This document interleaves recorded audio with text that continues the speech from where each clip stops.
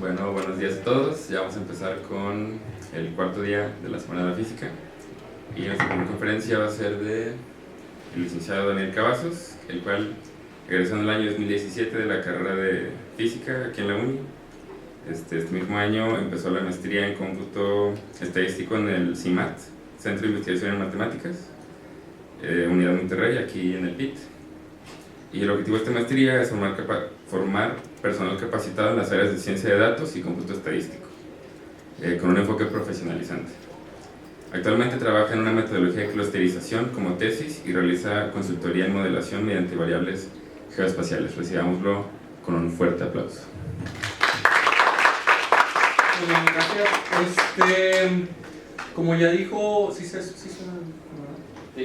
como ya dijo Luis, pues yo trabajo en esto como ciencia de datos, esto que está como popular, desde una perspectiva más estadística.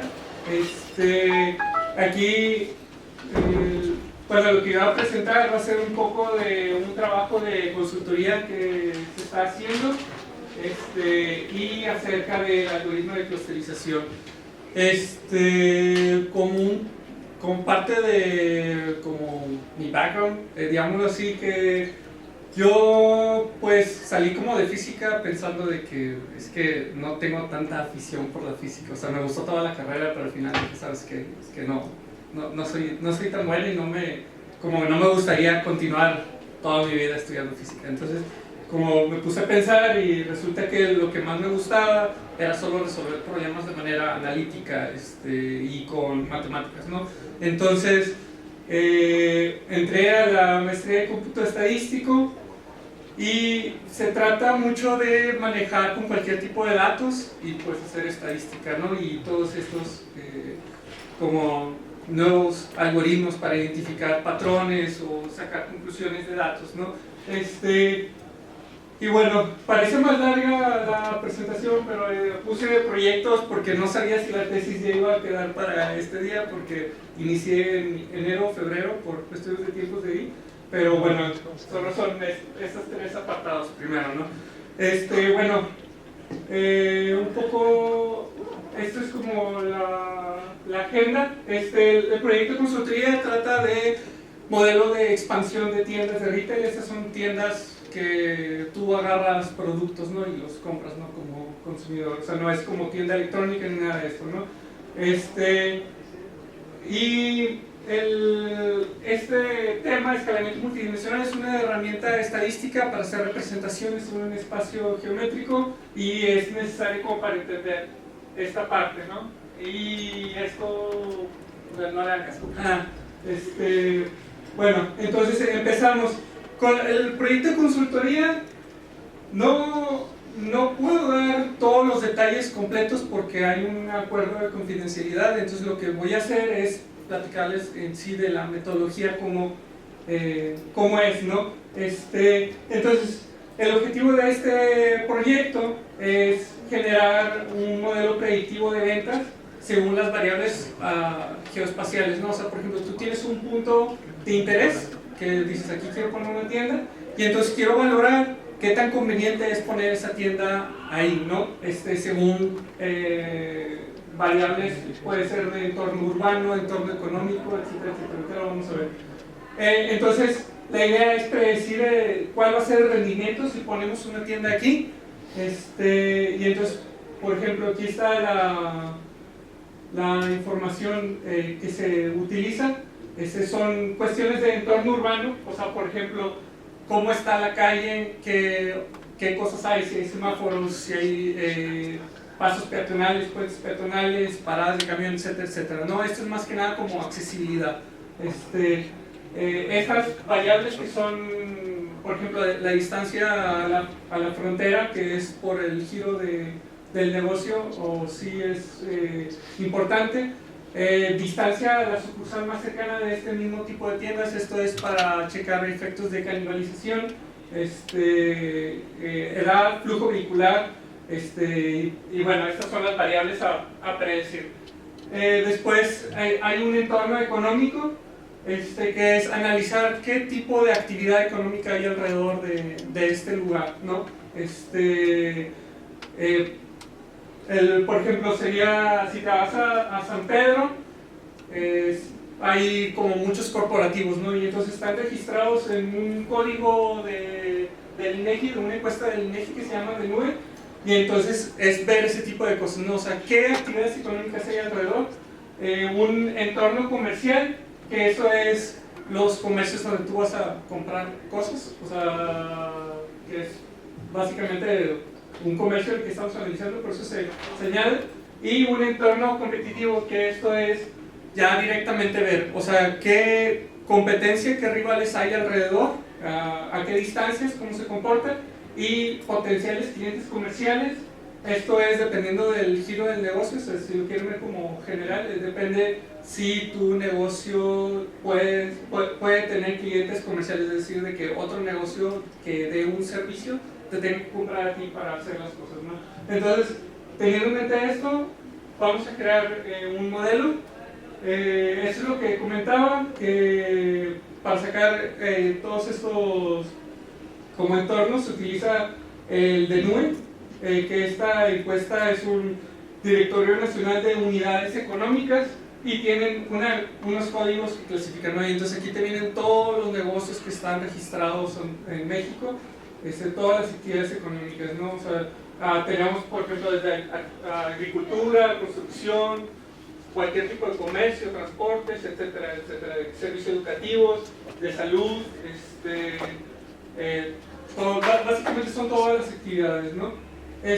Y ahora tenemos que tomar en cuenta cuál es la región de influencia de este negocio, ¿no? Entonces, lo que aquí yo les estoy mostrando se llaman curvas isócronas, que por el nombre más o menos se darán una idea, que son curvas que en este punto es, por ejemplo, te toma el mismo tiempo de llegar aquí a este marcador, de aquí a este marcador, ¿no? Y entonces estos son 5 minutos, 10 minutos, 15 minutos y 20 minutos, ¿no? Nada más para darse una idea. O sea, vamos a hacer como estas curvas porque queremos ver cuál es el rango de influencia de esta tienda según la información de flujo vehicular, ¿no? O sea, por ejemplo, pues notamos fácilmente que a lo largo de Constitución y Moreno Prieto, pues tienes mayor influencia, ¿no? De que llegan a más lejos, ¿no?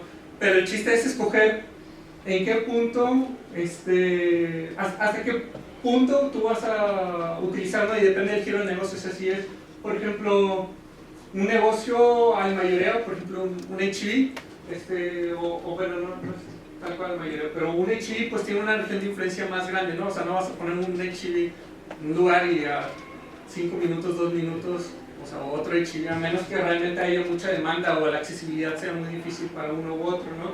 Entonces depende del giro del negocio, ¿no? Y bueno, para las distancias a las fronteras, pues de nuevo, tenemos cuáles son los puentes internacionales de México a Estados Unidos, y todo esto es hecho en el lenguaje R. Se puede calcular cuál es el tiempo de movimiento, por ejemplo, de aquí a Monterrey. ¿Cuánto tiempo es hasta estos puentes, ¿no? Y entonces puedes ver como una medida de qué tanto te tardarías en llegar a la frontera desde algún punto, ¿no? Y entonces esto lo haces para todas las tiendas. Y después creamos, una vez que ya tenemos esto y sabemos en dónde se ubica cada comercio dentro de estas áreas, creamos un índice, ¿no? Aquí es como muy libre, o sea, cuando estás creando un índice, la verdad es que depende de qué es lo que quieras modelar. En este caso específico se utilizó un índice de concentración de algún mercado. O sea, esto aplica para como concentración de actividades económicas, comerciales, y así, ¿no? Entonces por eso se utilizó este. Y más que nada es como utilizar pesos dependiendo de cuántos trabajadores hay en los negocios, porque en la encuesta de nube te dicen de que aquí está este H&B y tiene de 25 a 50 trabajadores, no sé, cosas por el estilo, ¿no? Entonces se utilizan, por ejemplo, cuál es la proporción de trabajadores de cierta actividad en la que... Para... Ya no se escucha, ¿verdad? No. Está bien. ¿Sí me escuchan todos? Sí. Sí. Bueno, por ejemplo, esto es... Bueno, para la zona, para la curva isócrona y cuántos trabajadores hay en esta actividad. Y por ejemplo, de que XY es cuántos trabajadores en toda esta zona hay, de todos los kilos que tú estás analizando.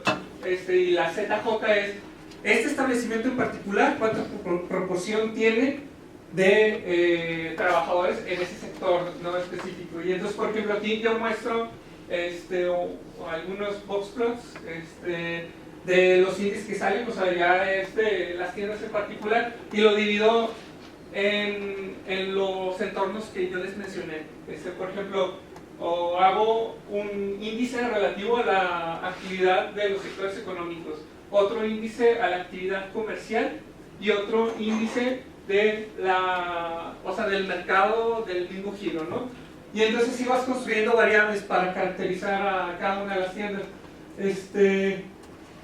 Y ahora, una vez que tienes ya todas estas variables, pues cuando ya todas son numéricas, o sea, ya te quitaste todo este rollo de que esto es, si se fijan, decir como entorno económico, o sea, que es como que ya lo pasé, interpreté que es entorno económico en un set de variables continuas, ¿no? Y entonces ya lo puedes meter en cualquier modelo de regresión y así.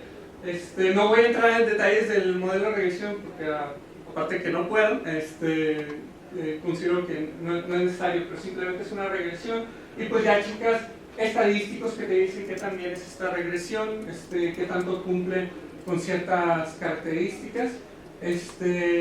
Aquí también, aquí les muestro, por ejemplo, esta línea representa una línea diagonal de 1 a 1, o sea, como tal cual si tienes los ejes, nada, la parte es como una línea diagonal, para decir, es las ventas ajustadas y es la venta real, ¿no? Y entonces aquí ves como que sí tienen esta tendencia, es decir, que sí son proporcionales de alguna manera, o sea, con unas constantes, ¿no?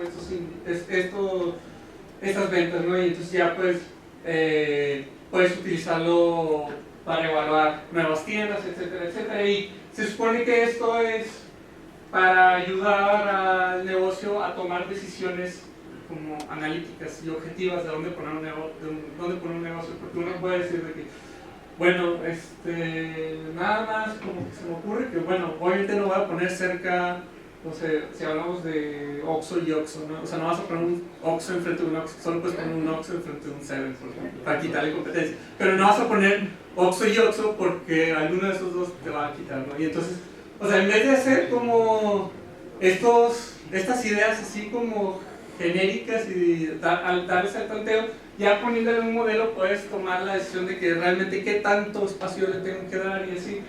Y por ejemplo, cosas destacables del modelo que se pueden mencionar, que por ejemplo que si vimos un efecto de canibalización negativa, es decir, que si te baja las ventas, poner cerca tu mismo negocio, obviamente, pero ya con una medida específica. El entorno competitivo también salió muy importante, es decir, de que depende de tu competencia si está cerca o no, qué tanto te va a afectar. Y los clientes comerciales, o sea, si te rodeas de personas que van a depender de lo que tú vendes, resulta ser que sí te va mejor en las ventas y cosas por el estilo, ¿no? Por ejemplo, en el entorno económico, lo que te sale más que nada es como descripción del municipio, del área en general donde estás. O sea, por ejemplo, el entorno económico te puede describir si estás en un tipo de, como, no sé, como un ejido, o si estás en un municipio o como de una ciudad de Torreón, que no es muy grande, pero sí llega a ser ciudad, o si ya estás en una zona metropolitana, ¿no? Porque según, o sea, van a cambiar las actividades económicas que están alrededor, ¿no? Y cosas así. Entonces, esa por una parte es lo que se está haciendo de este trabajo de consultoría. Y lo quise mencionar porque es algo representativo de la maestría y o sea, de la forma en que he progresado, ¿no? O sea, profesionalmente, porque O sea, esto se trata mucho de idear o pensar de cómo puedes medir cosas que en un principio tú piensas que tienen influencia, ¿no? O sea, cómo darle una métrica específica para poder hacer algo comparable, ¿no? Y mucho de ciencia de datos pues se trata de eso, ¿no? O sea, es de que tú tienes bases de datos y tú le quieres dar una interpretación más allá y entonces tienes que hacer como rescatar esta información, ¿no? Y muchas veces no es que siempre haya un solo método para obtener unos datos, ¿no? Y no necesariamente el método que utilices va a ser bueno, ¿no? Entonces hay como muchos procesos que tienes que hacer en medio. Por ejemplo, para conseguir este modelo se evalúan como 150 o 200 diferentes modelos, ¿no? Y sacas estadísticos y checas cuál fue el más efectivo y cosas así, ¿no? O sea, de que estar permutando variables, de que ver cuáles sí influencian, cuáles no y cosas así. Entonces, por eso como lo quise mencionar.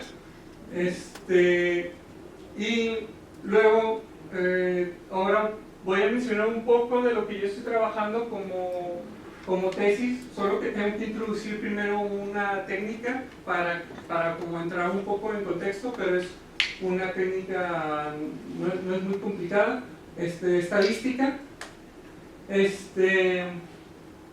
La tesis se trata de hacer un algoritmo de clusterización. Más o menos alguien tiene una idea de qué es clusterización. ¿Sabe cómo ha escuchado? ¿Sí? Pero nada más. Bueno, la clusterización es como este ejercicio de que tú tienes una base de datos y tú quieres encontrar como patrones dentro de esa base de datos. O sea, por ejemplo, cómo se distribuyen tus datos. Por ejemplo, si en este caso del problema de consultoría, o sea, si yo tengo estas variables, una labor de clusterización sería ver cómo se comportan estas tiendas. O sea, si hay patrones dentro de esas tiendas, de que, por ejemplo, a que se separen las tiendas que están dentro de una zona metropolitana, ¿no? O sea, de que te diga, realmente se diferencia el comportamiento de estas tiendas en comparación a tiendas que están en ciudades más pequeñas. O, por ejemplo, que las ciudades que estén cerca de la frontera tengan con patrones de venta diferentes y así. O sea, la labor de clusterización es como una manera analítica de ver si hay diferencias, y no solo porque a ti se te ocurre, sino porque realmente hay diferencias en los datos. Entonces, la idea es esa, pero con una modificación, con esta técnica de escalamiento multidimensional. Y bueno, vamos a empezar. Si quieren, ¿alguien tiene alguna pregunta del ejercicio de consultoría para que no se le pase? ¿No? A mí nada más no me quedó claro qué era lo que nos decía ¿esa? Sí. Sí, no. Es que, bueno, por ejemplo, no te puedo poner cuántos son las ventas, Sí, no. por eso. Entonces lo que yo utilicé fue hacer una gráfica de las ventas originales versus las ventas que yo estoy prediciendo con el modelo, ¿no? O sea, el modelo tú solo le das la información. O sea, nomás dice que sí está funcionando. Sí, eso te dice que sí está funcionando porque son proporcionales directamente según, o sea, una regresión lineal. Obviamente, la regresión lineal acá es muy complicada, pero esta se vuelve muy sencilla porque se supone que es el mismo objeto, ¿no? Entonces, por eso se supone que se ve así, ¿no? O sea, de alguna manera te está diciendo que está replicando eso. O sea, si esta es la línea, o sea, diagonal, entonces te dice que hay una relación 1-1, ¿no? De los datos, ¿no? Y esto para cada tienda, o sea, que por ejemplo, para esta tienda, este fue el valor ajustado y este es el valor original. Por ejemplo, para esta tienda que está más cerca de esto, este es el valor ajustado y este es el valor real, ¿no? ¿Okay? Bueno, ahora sí pasamos al escalamiento multidimensional.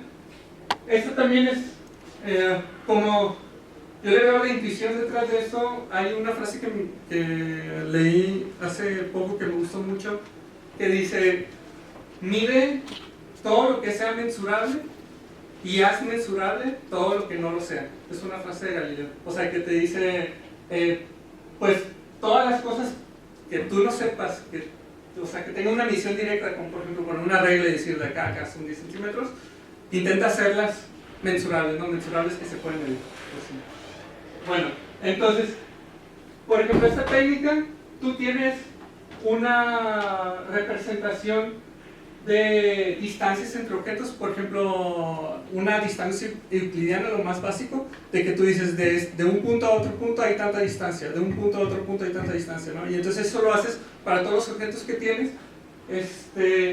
y el chiste de esto es que tú puedes tener cualquier medida de comparación, o sea, por ejemplo, puede ser comparación entre palabras.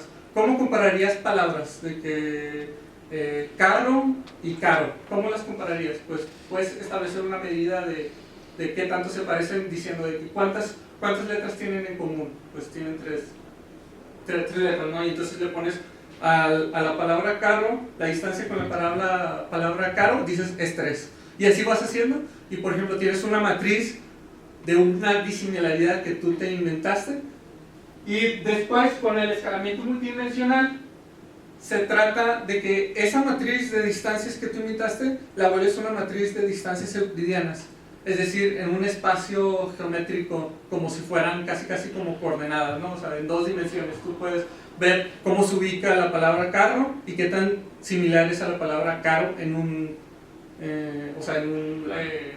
mapa, ¿no? Por ejemplo, o sea, esta es la idea detrás del experimento multidimensional, y entonces también el chiste es que disminuyes en qué tantas dimensiones puedes representar un set de objetos,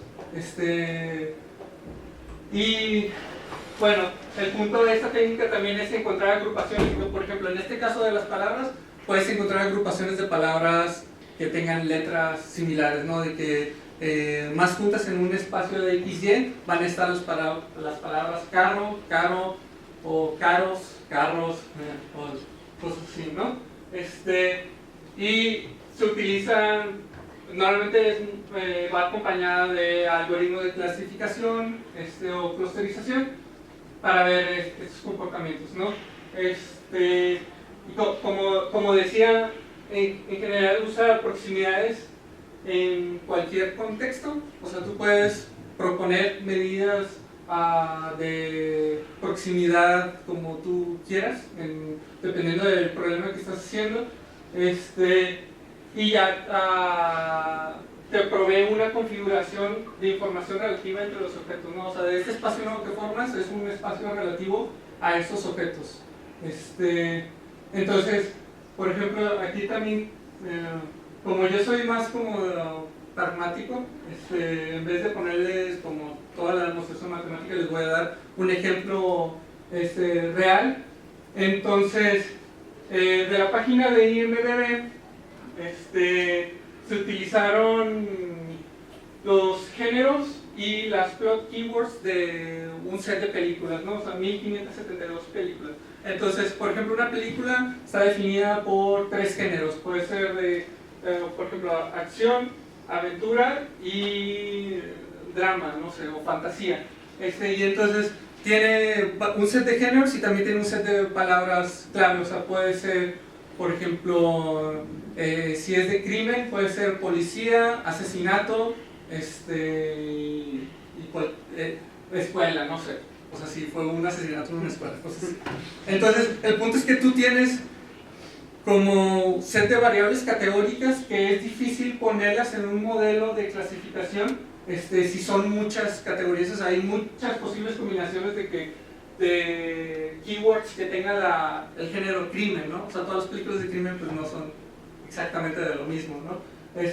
Entonces, aquí lo que yo hago es decir, voy a hacer un espacio de género de película definido por las palabras que tiene como tramas, ¿no? Puse las más populares aquí, o sea, las palabras que aparecen más, y entonces, de alguna manera aquí nosotros ya estamos en un espacio vectorial, o sea, porque todas estas variables.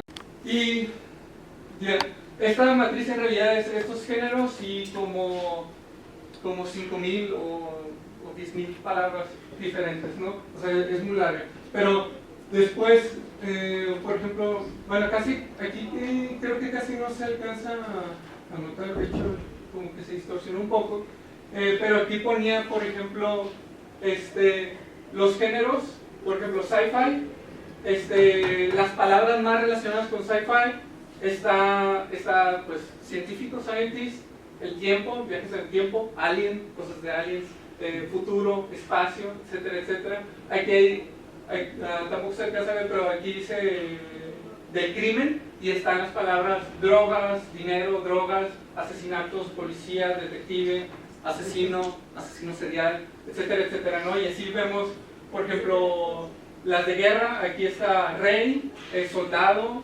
o viaje, guerra, batalla, etcétera, etcétera, ¿no? Y entonces, o sea, vemos como ciertos patrones que realmente sí se van cumpliendo. De hecho, por ejemplo, las de drama, en las de drama, pues muchas veces son cosas como de romance y así, y salen palabras como mujer, sexo, desnudez, o sea, porque pues ponen muchas veces de que una película si tiene desnudo, solamente desnudo, ¿no? Y la ponen como keyword para que las personas pues, no lleven a sus hijos o cosas así, no sé. Entonces, el chiste es que, si se fijan, de alguna manera o sea, yo me inventé como este espacio vectorial en donde yo digo, en el género de acción aparece 53 veces la palabra mujer, 32 veces la palabra título, 23 veces desnudez, y etcétera, etcétera. O sea, esto yo como me inventé, pero realmente sí existe como cierta relación entre estas palabras que a veces no sabe que cierto conjunto de palabras se relacionan con cierto género, ¿no? Y así. Entonces, ya el punto es que nosotros hacemos una medida de disimilaridad entre los géneros y esto puede ser como correlaciones ya, por ejemplo, esta directamente se llama correlación de Spearson, es decir, Spearson, que básicamente sí que dice qué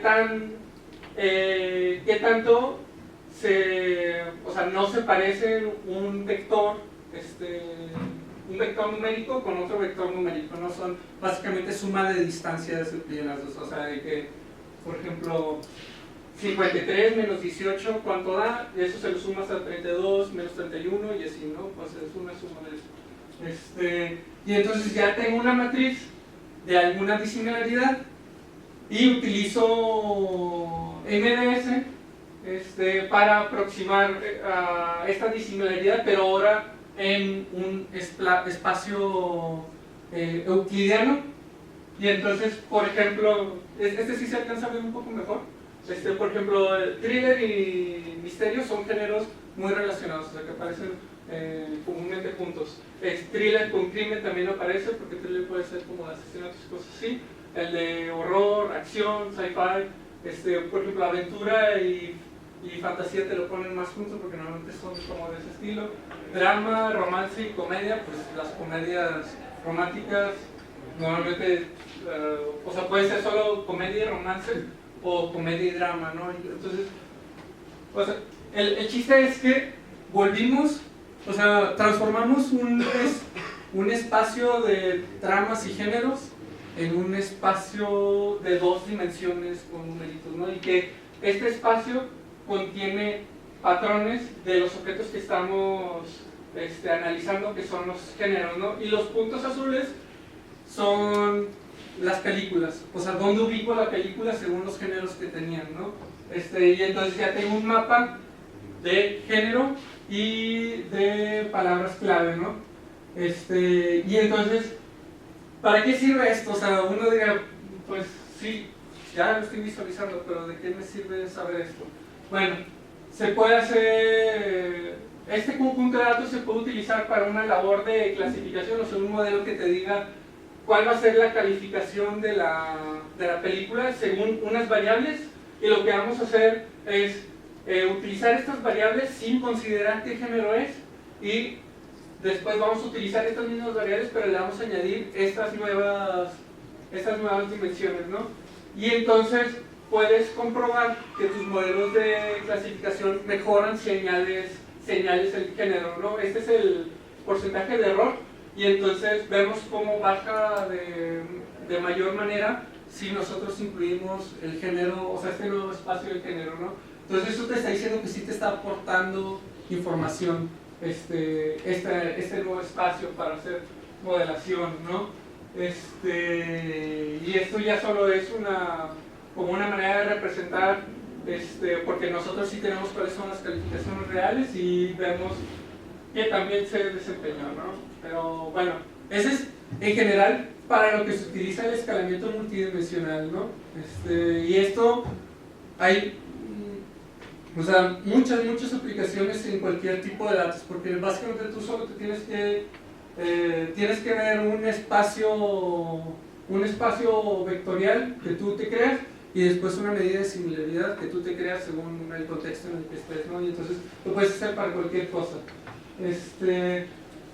Y ahora de la tesis se trata de cómo utilizar esta técnica para representar cosas que normalmente no tendrían como una representación numérica, ¿no? O sea, y es de ir creando estos espacios a la vez que vas haciendo una clusterización.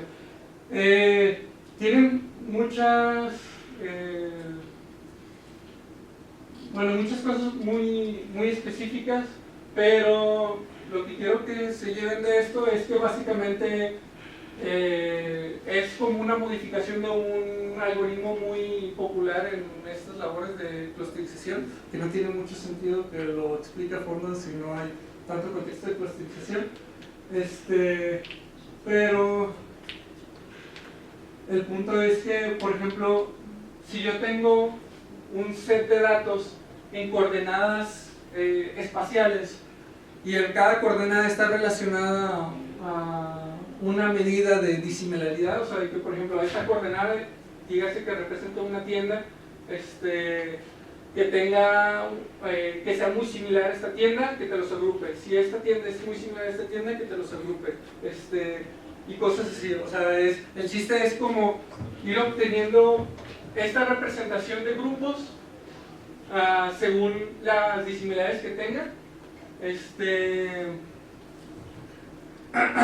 Pero se añade cuestiones espaciales de, por ejemplo, que me agrupe. O sea, si esta es una coordenada X y una coordenada Y en el espacio, que te agrupe tiendas cercanas de la región, considerando estos criterios de qué tan similares son.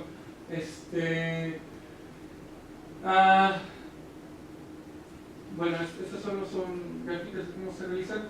Pero, bueno, sí, es que esta parte de la tesis es más como matemática porque me pidieron que fuera como más matemática, entonces como que no puedo, o sea, no es necesario, serían muchos detalles explicar, pero el chiste de eso es que hay una metodología científica para evaluar si este tipo de clusterizaciones están bien o están mal. Esto ya es como cosas adicionales. O sea, por ejemplo, tú cuando estás creando un algoritmo, tú tienes que evaluar con muchos sets de datos que también funcionan y tienes que hacer comparaciones con estos, o sea, con diferentes algoritmos que ya estén impuestos en la literatura, ¿no? Entonces, esto de ciencia de datos, aunque por fuera sea mucho como, más para programadores, en realidad tiene una base científica mucho más pesada, y es utilizar como estadísticas para comprobar que todo el algoritmo funciona bien. Por ejemplo, aquí yo estoy comparando muchas iteraciones de unos datos de pruebas que yo genero. De hecho, cada box probe representa 100 diferentes datos en muchas situaciones, y entonces tienes que comparar de que para diferente número de agrupaciones y para diferentes atributos de esas agrupaciones, cómo se desempeña uno y otro, ¿no? Y entonces tienes que hacer evidente que ese es el algoritmo que yo estoy haciendo, tienes que hacer evidente que se comporta mejor que otros algoritmos que ya se tienen en la comunidad científica, ¿no? Y aquí nada más digo el rendimiento de que, por ejemplo, me está haciendo mejor clasificación y algoritmo que otros dos, ¿no? Para diferentes condiciones, etcétera, etcétera. Entonces, esa parte sí es, bueno, toda esta parte la verdad a mí me parece un poco aburrida porque no tiene como una aplicación directa o como una interpretación de un problema, pero sí es esta parte, ¿no? Y hay muchas cosas que se tienen que considerar en una labor de clusterización, y digamos que yo empiezo con solo cómo es un método, de que cómo es un algoritmo tal cual así. O sea, cómo es este algoritmo. Lo programo, pero también tengo que añadir todas estas condiciones para que un usuario de R pueda utilizarlo, ¿no? Y entonces tú tienes que programar algo que sea, o sea, que pueda, ¿cómo se llama? Evitar errores de introducción del usuario, ¿no? O sea, para que cualquier persona lo utilice tienes que considerar muchas cosas. Y entonces el chiste de toda esta tesis es como completar todo este proceso de clusterización para facilitarle a un usuario la utilización de esto, porque se supone que se va a publicar, bueno, se llaman pues, paqueterías. Aquí nadie conoce R, ¿verdad? Bueno, pues conocen R, o sea, se supone que esto va a ser una paquetería y va a ser accesible para el público, ¿no? Entonces, sí, el trabajo se concentra más en esto por una parte, pues porque mi maestría se trata de cómputo estadístico, ¿no? En realidad no quiero, bueno, esto ya es como extra, no sé si haya tiempo. De nuevo, como para estresar este punto de cómo hacer análisis de datos como en cualquier tipo de fenómeno, porque básicamente la ciencia de datos te permite eso, es como una ciencia que se encarga de ver estructuras de datos y el contexto de esos datos, pues cualquiera, ya lo repetí muchas veces. Entonces aquí yo les voy a poner un ejemplo de un análisis que fue de béisbol. Entonces yo tenía una base de datos con todos los picheos que sucedieron en la temporada de 2016, 2017 y 2018 de béisbol, ¿no? O sea, son muchos picheos y hay muchas descripciones de qué pasó en esa jugada, de que si fue hit, a qué velocidad lanzó el pitcher, qué tan rápido expulsó la pelota, dónde cayó, cuánto tiempo pasó volando,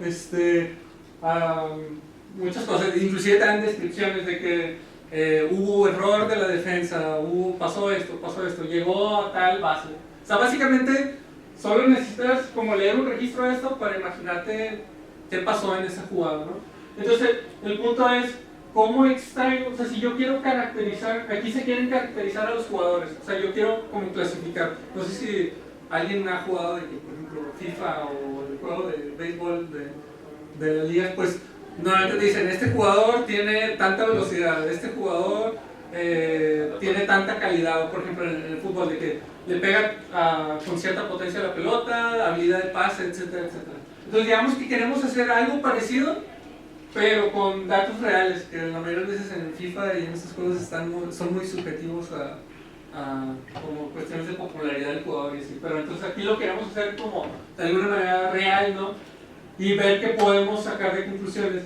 Entonces, de nuevo en este ejercicio de mide todo lo que sea mensurable y haz mensurable todo lo que no lo sea, creo, o como intento ver diferentes características de un jugador. Por ejemplo, checo un índice de fuerza, tengo el dato de a qué velocidad llegó la pelota al plato y a qué velocidad salió del plato, ¿no? O sea, qué tan fuerte le pegó. Y entonces, por ejemplo, yo puedo utilizar algo bien fácil como pues energía cinética, ¿no? O sea, como hacer una comparación de qué tanto cambio de energía cinética, porque fue de cambio de dirección, y muy básico, o sea, sin entrar en detalles de la dinámica completa, solo es como aproximar un índice de fuerza para cada bateo,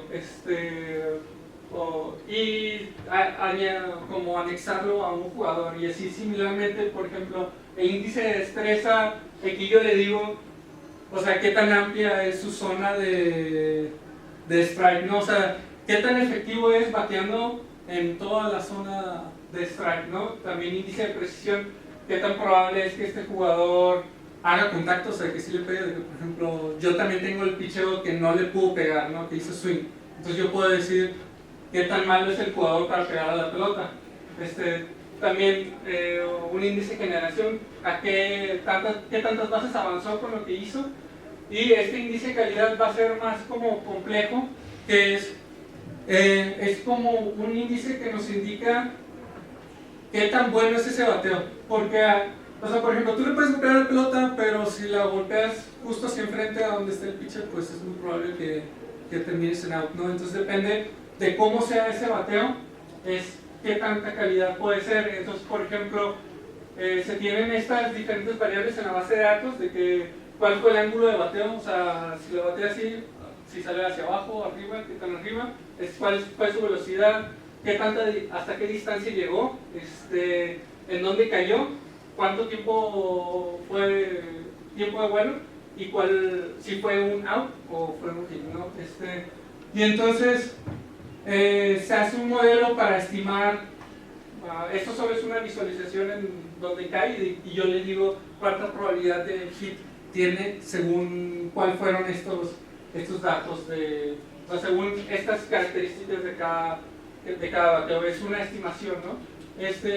Y para ir más rápido, hacemos una labor de clusterización sobre estos índices. O sea, yo le anexo un índice a cada jugador, checo clusterización. Por ejemplo, aquí realmente no se ve nada como un patrón específico, pero cuando lo vemos ya en un diagrama como de habilidad, que aquí son los 5 índices, hay un patrón, o sea, que por ejemplo me agrupa, estos son los centroides de esos grupos, o sea, los promedios de los grupos que me está haciendo, y pues lo que vemos es que cada vez pues, está agrupando como ordinalmente, ¿no? De que es más completo, menos completo, y así nos vamos.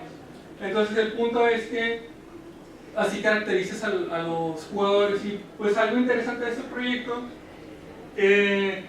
sin meterle como, o sea, con los puros datos salieron conclusiones de, por ejemplo, en la categoría extraordinaria están estos jugadores que, si a alguien le gusta el béisbol, pues más o menos ahí puede identificar algunos jugadores que son jugadores muy buenos, ¿no? O sea, el modelo sí te dice como, por ejemplo, el Mike Trout, que se supone que es uno de los jugadores más efectivos a estar bateando, ¿no? Entonces salió en la categoría extraordinaria y así. Entonces nosotros como hacemos una clasificación de jugadores y así. Entonces, realmente hasta ahí así más o menos le quiero dejar, porque ya lo otro es algo similar pero con letras, de que fuentes, por ejemplo, de cómo identificar tipografías, pero creo que ya está como que de más. El punto es, como les quiero decir, que básicamente lo que yo me dedico es a hacer diferentes tipos de clusterización, y en ciencia de datos pues es muy importante esto de cómo hacer espacios numéricos de cosas que en su inicio no eran tal cual numéricas, o sea, como textos, palabras, o cualquier cosa así, ¿no? Entonces, realmente eso es todo.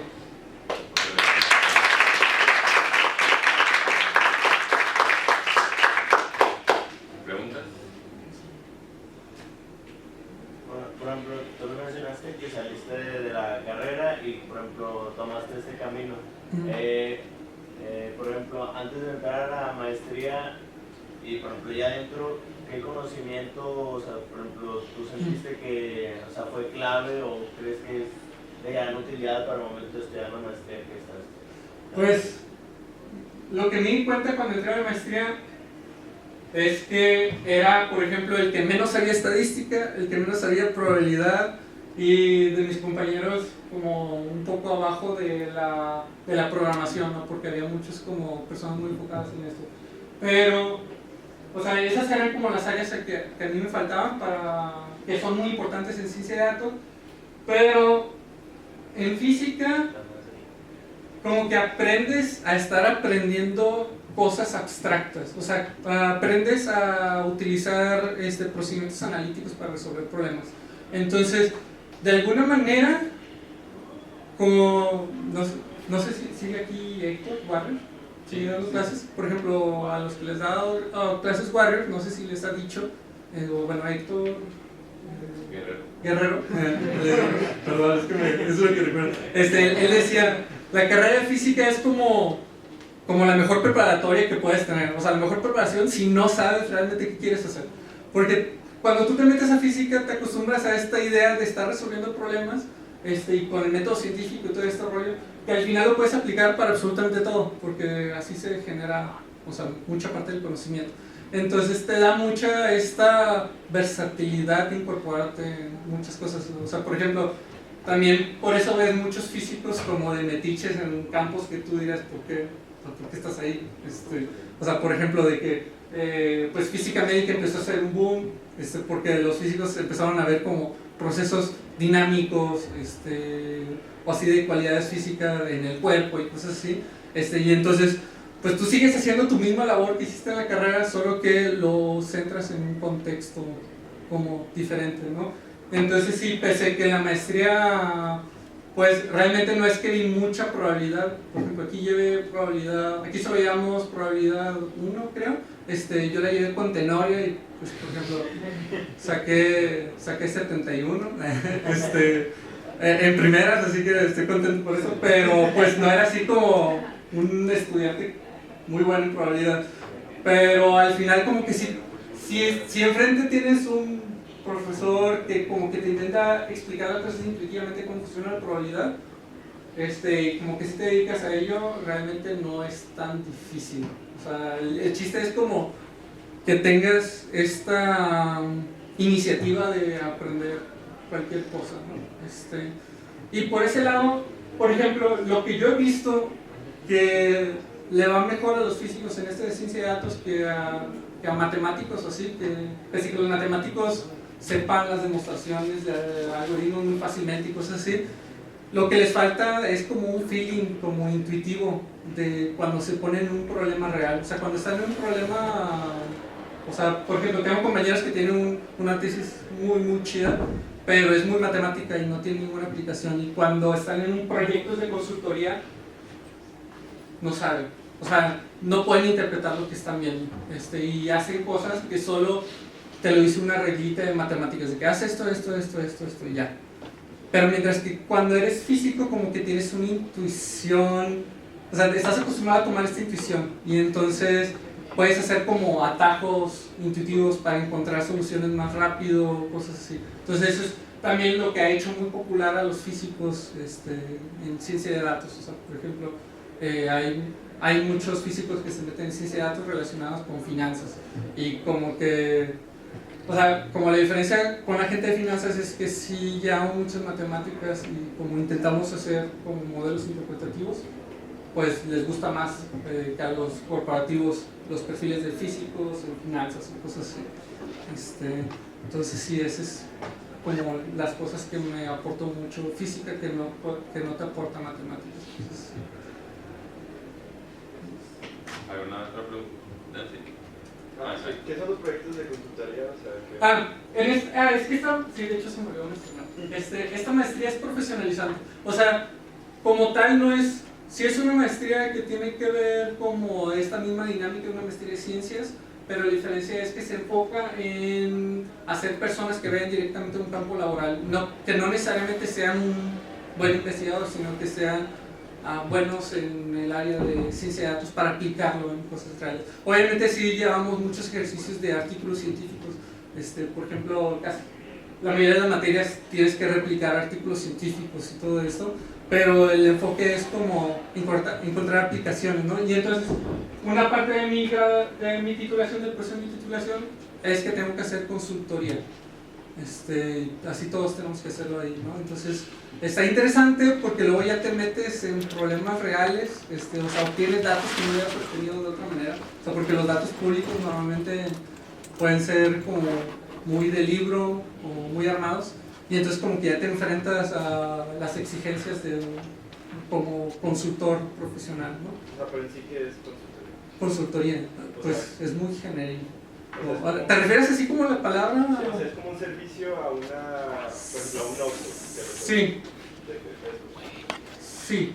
Es como una... O sea, por ejemplo, es un tipo de asesoría profesional y puede ser de todo estilo. O sea, tú eres una persona que sabe de tal tema y entonces le das consejos o le haces, no sé, por ejemplo, también hay consultoría de management, o sea, de cómo manejar proyectos, cómo manejar personas, ¿no? Y que te dicen, tienes que contratar estos perfiles, bla, bla, bla, bla, bla, bla. Y eso normalmente lo utilizan muchas empresas si no quieren contratar a alguien, o sea, que esté de planta ahí, que tenga esos conocimientos, sino que vas y le preguntas a alguien que sea como independiente, como un tercero.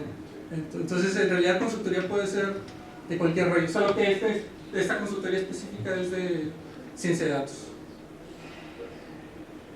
Sí. ¿Alguna otra pregunta?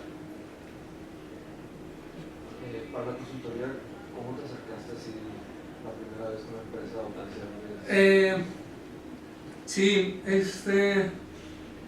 en principio eran personas que ya tenían interés con el CIMAT. Es que el CIMAT hace mucho tipo de consultoría, ¿no? Por ejemplo, hacen consultoría para elecciones, de que un estado le pide que haga los conteos rápidos de las elecciones, estos que te van apareciendo de que de 50, bla, bla. Entonces, les pide muchas cosas al CIMAT. Entonces, el CIMAT como que ya tiene un set de personas, bueno, un set de clientes. Y lo que hizo el CIMAT es le abrió la puerta a los estudiantes para tomar alguno de esos proyectos, ¿no? Y entonces el acercamiento al principio es un poco complicado, o sea, cuando vas con un cliente, porque a veces tienes mucha esta imagen de que eres un académico, de que por ejemplo como físico pues tienes esta imagen de que pues sabes resolver problemas así, pero pues por ejemplo no sabes hacer problemas de ingeniería tal cual, así que tú puedes estar en una industria como un ingeniero, pues así, ¿no? Entonces, es como, ¿cómo decirlo? Como mostrarle a la persona que eres experto en el problema que ellos tienen de alguna manera, aunque no seas experto necesariamente, pero que tengas como cierto dominio de las técnicas. Y sí es mucho como cuidar de que cómo te vistes. Es más difícil si tú eres como independiente, o sea, no estás en una institución específica. Ya sería por contactos directamente. ¿Otra pregunta? ¿Utilizas R porque era lo que tu asesor utilizaba? ¿Porque lo escogiste? En principio es como lo que más se usa en estadística y es lo que utilizaba mi asesor. O sea, por ejemplo, mi asesor tiene el código en R, o sea, para el trabajo de que no tiene el código en R, pero lo quiere tener en R porque es el que maneja, él lo maneja, ¿no? Pero digamos que no es tan proficiente en programación y entonces me lo pidió de que ponlo en R, verifícame que esté bien, bla, bla, y así, ¿no? Por eso se utilizó R, pero en principio en ciencia de datos de hecho se utiliza más Python porque Python es más flexible a tratar objetos diferentes, o sea, y hacer cosas directas con el sistema y que no solo dependas como de la consola del lenguaje. Así. Sí, tú te pregunté que por qué no usabas Python. Ajá, sí, de hecho, pues es que también es más popular Python en ese sentido. Yo os pregunté. Ahora que era R, pero como Es como un C, pero de más alto nivel. O sea, C es como, tiene instrucciones muy básicas. Y R tiene ya como algoritmos preprogramados, ¿no? Que puedes acceder más fácilmente. O sea, por ejemplo, no sé, operaciones matriciales, vectoriales, las haces directa en R con un operador específico, mientras que en C, pues no necesariamente, ¿no? Sí, igual, C, por ejemplo, es igual que Fortran, muy parecido, solo que Fortran es más como para cosas numéricas. Y Python también es casi a la par que R, pero a la vez está más optimizado. Entonces, pero sí es un lenguaje de más alto nivel, digamos así. ¿Algo más? ¿Alguien más? Yo te quería preguntar sobre tu... de tu, así como la trayectoria, o sea, cómo fue que decidiste, o sea, saliste de la carrera, pero qué cosas te llevan, ¿viste una convocatoria o hablaste con alguien? Pues primero, en principio fue porque me desencantó un poquito de algunas cosas de física, o sea, porque por ejemplo fui a un curso propedéutico de maestría en la Universidad de San Luis Potosí, y entonces ya sí me aceptaron y así, pero cuando vi qué tienes que hacer en una maestría en física, en lo personal a mí como no me llamaba tanto la atención, y como, pues en realidad como me gusta resolver, o sea, muchos tipos de problemas, o sea, esa era como más lo que me había traído física, no tal cual los contenidos de física, sino es como esta forma de resolver problemas. Entonces como intenté ver otras cosas, de hecho también me volví a ir a finanzas matemáticas o así, pero luego tomé la libre elección, tomé con Almaguer, y tuve una clase en el posgrado aquí de ecuaciones diferenciales parciales, y era un profesor del CIMAT, ¿no? Y entonces ahí fue cuando me di cuenta que el CIMAT acababa de ofrecer esta maestría, y pues hice datos, o sea, al final, bueno, cómputo estadístico más específico, sí, es básicamente como resolver problemas analíticos, porque hay cosas de optimización, modelación, etcétera, etcétera, ¿no? Entonces, por eso fue como fui más por ese lado, ¿no? Por ejemplo, cuando me di cuenta que en termodinámica, en vez de estar poniendo atención, estaba resolviendo otro tipo de problemas, y pues ya pues dije, pues es que, por ejemplo, termodinámica se supone que es como algo muy como básico y como representativo de física, y como que sí, o sea, simplemente fue, en lo personal no me interesaba tanto continuar. Si no hay más preguntas, les damos las gracias nuevamente a Daniel.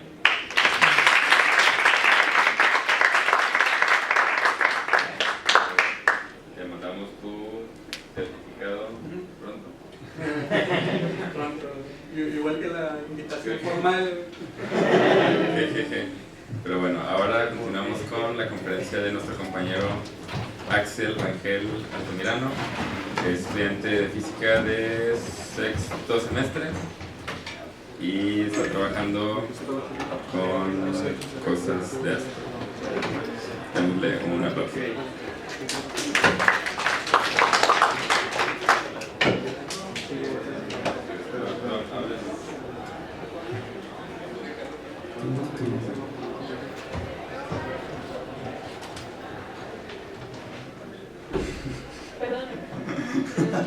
Estoy bien. Es personal, es personal. Bueno, honestamente me siento un poco más aliviado porque mi clase no es de mejor que yo. Pero lo que les voy a hablar ahorita es del uso de programas de Small Particle Holodynamics en astrofísica y en general, y más o menos qué es lo que hace ese tipo de programas y qué problemas resuelve, ¿no? Justamente yo conocí este tipo de programas en mi verano de investigación en el IRIA, en Morelia, el Instituto de Astronomía y Astrofísica, y pues lo utilicé para modelar discos protoplanetarios y para ver qué cosas podías deducir y cómo podías sacar, pues, cambiando los parámetros de tu simulación, cómo podías pues, deducir o reproducir resultados de las observaciones que se hacen de este tipo de fenómenos.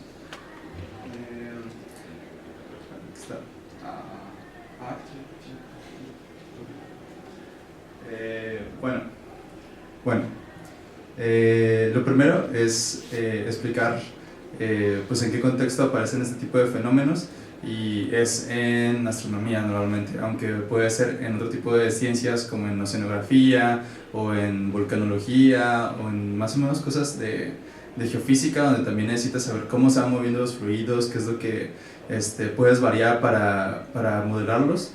Pues ahí también se ocupa este tipo de técnicas, ¿no? Entonces, aquí en astronomía, pues yo lo utilicé para deducir cómo se van formando los planetas en un disco protoplanetario. Y aquí es escenográfica, ¿sí? De una nube molecular que en principio está así, por alguna perturbación se empieza a contraer y contraer hasta el momento en el que se forma lo que llamamos una protoestrella, y en la protoestrella, por cuestiones de conservación de momento angular, se forma un disco.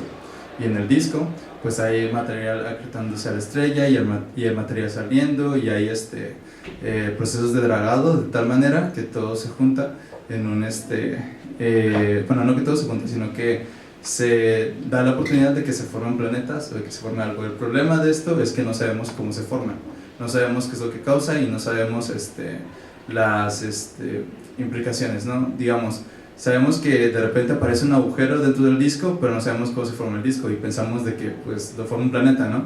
Pero también pensamos lo contrario, que realmente el agujero se forma porque un planeta está ahí, entonces está como que medio ambiguo eso. Y pues lo que se usa es este tipo de programas para simularlo. ¿Qué es lo que hace este programa? Pues fácil, te da solución a las ecuaciones de hidrodinámica y de magnetohidrodinámica si tú lo deseas, ¿no?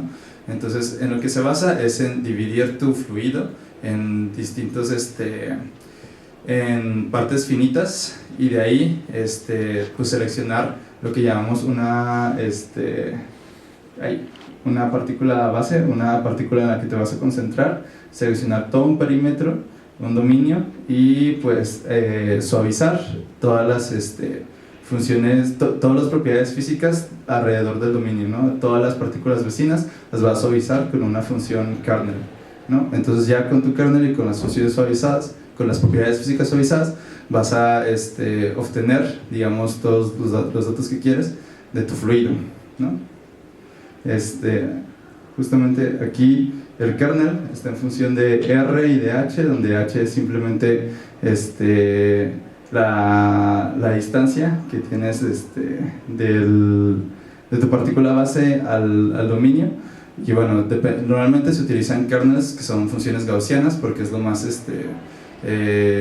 pues lo más intuitivo de usar, debido a que como tienes un dominio y este dominio pues cuando te vas a infinito las contribuciones de tu función gaussiana se hacen cero, pero cuando estás en un finito pues siempre las vas a tener, ¿no? Siempre vas a tener una pequeña contribución de las partículas que están más lejanas, ¿okay? Bueno, y este tipo de imágenes son las que salen de la simulación. Para este tipo de imágenes utilicé el programa Phantom, que es precisamente para esto, se especializa en discos y simula discos desde pues estrellas, protoestrellas hasta galaxias, ¿no? Y reproduce, o la idea es reproducir este tipo de resultados. Estos son de Xu, del 2012, perdón. Y son observaciones de cómo se van formando los discos protoplanetarios. Aquí vemos el disco, aquí vemos en otra banda de emisión cómo viene el planeta y cómo lo que forma es realmente esta brechita, ¿no? Y bueno, para resolver, justamente lo que se tiene que resolver es todo este set de ecuaciones. Estas set de ecuaciones pues son simplemente las ecuaciones de la densidad, de un gas ideal, de la temperatura y de todas las variables termodinámicas necesarias para resolver este tipo de ecuaciones, y todo esto está en coordenadas cilíndricas. Y bueno, coordenadas cilíndricas, o sea, resolver, de hecho, tú construyes esta ecuación diferencial, estas ecuaciones diferenciales utilizando justamente todas las variables termodinámicas, ¿no? Y después estas son las soluciones que te salen. Y pues como verás no son cosas tan triviales y tan fáciles de resolver, precisamente por eso necesitas métodos numéricos para intentar resolverlo. Y pues al final estas son las imágenes, y decidí traer las imágenes porque creo que es lo más llamativo de lo que te sale, pero los resultados pues también los puedes sacar, es